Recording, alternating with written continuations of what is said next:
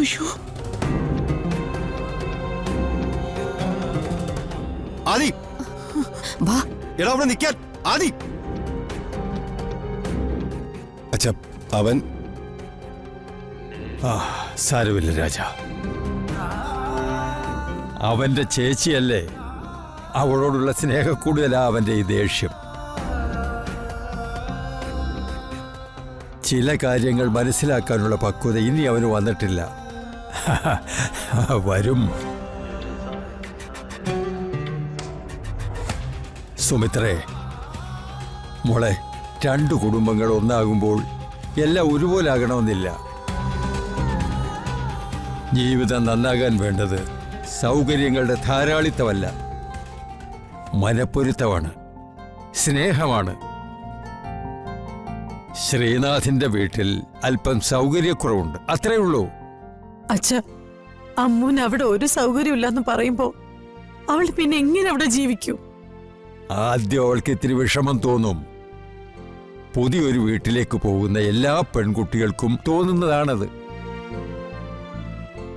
പിന്നെ സൗകര്യങ്ങൾക്ക് കുറവുണ്ടെങ്കിലും അവൾക്കവിടെ സ്നേഹത്തിന് ഒരു കുറവും ഉണ്ടാവില്ല.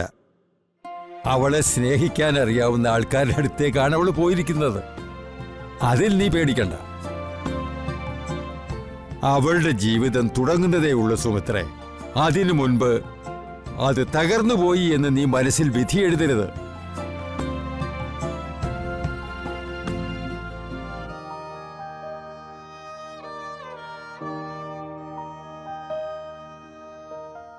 സുമിത്രേ, വർഷങ്ങൾക്ക് മുമ്പ് പുത്തമ്പുരക്കിലേക്ക് വരുമ്പോ അമ്മ ഇന്ന് അനുഭവിക്കുന്നതൊക്കെ അന്ന് നീ അനുഭവിച്ചതല്ലേ?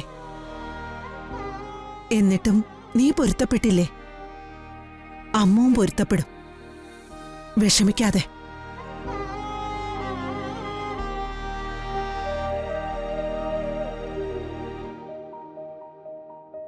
അച്ഛൻ പറഞ്ഞതിലും കാര്യമുണ്ട് സുമിത്രേ, എല്ലാം ശരിയാവൂടൂ.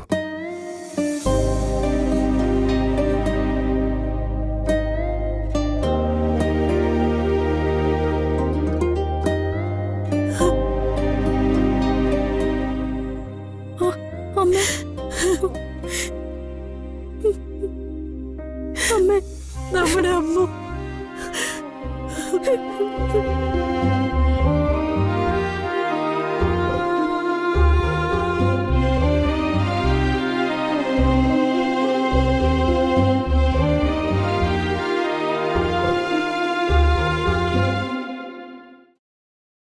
മോളെ,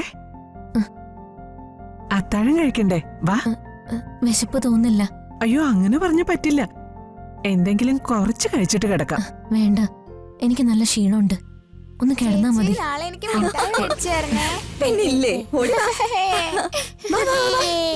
അവിടെ റെഡിയാക്കണം. നീ ദേ ഇവിടെയൊക്കെ കേട്ടോ. നല്ല ഭംഗിയാക്കണോ ഈ പിള്ളേരൊക്കെ കൂട്ടി. ഇവിടെ എന്താ പരിപാടി? ഇവരൊന്നും ഞാൻ വെറുതെ കൂട്ടിക്കൊണ്ടുവന്നല്ല. ഞങ്ങൾക്ക് ഇവിടെ കുറച്ച് പണിയുണ്ട്. ഇവളുടെ ഒരു പണിയും പിള്ളേരുടെ ബഹളവും. ഒന്ന് അടങ്ങ് പിള്ളേരെ.